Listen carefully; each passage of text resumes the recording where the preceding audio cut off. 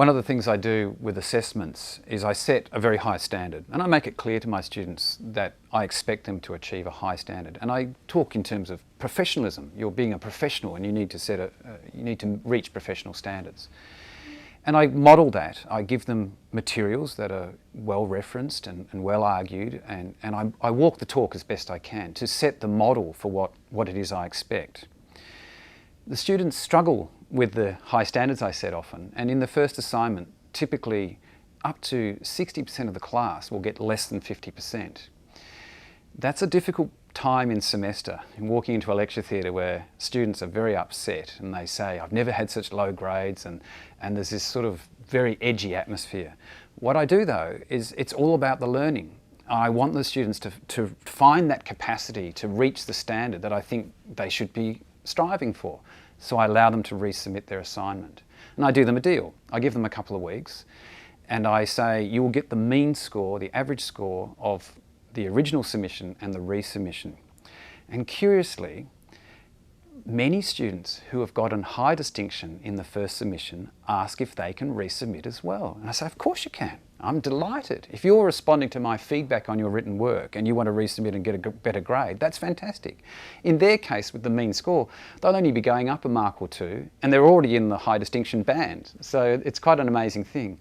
Meanwhile, students who are might have got 40% or 45% in the first submission, they can, through work, and I make myself available to work with them too about how they can actually improve their work beyond the written comments feedback I've given them.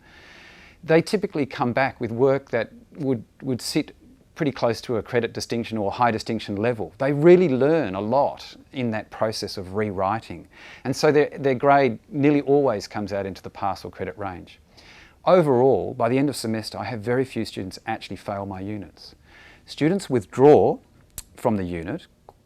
That usually happens when the first assignment's due, or thereabouts. I try and coincide the first assignment with the HEC census date to allow people to withdraw and not get the financial penalty of the HEC census date. In other words, the students realise that I'm really serious about the quality and the level of work and commitment to their study, to the topic, to the subject.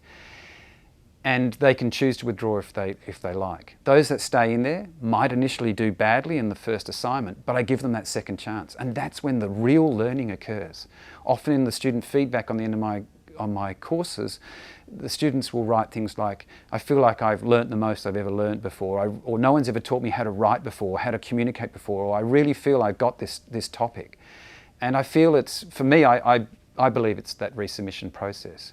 If you think about when we do research and we write a journal paper, we write draft after draft, and then we have it peer reviewed, and then we do it again. So why don't we teach our students that way? That's when we craft really good work.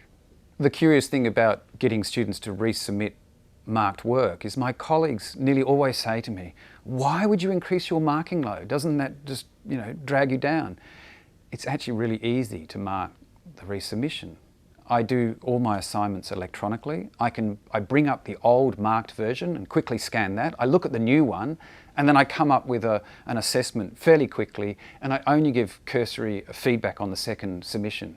By then, the students have done the hard yards. They're so shocked at the grade they got the first time around, typically, that they realise, yes, this unit coordinator is very serious about the quality they must reach. They put in the hard work, and they're feeling good, and it actually works. You can see it. The writing is excellent. And so the marking the second time round has always been very easy.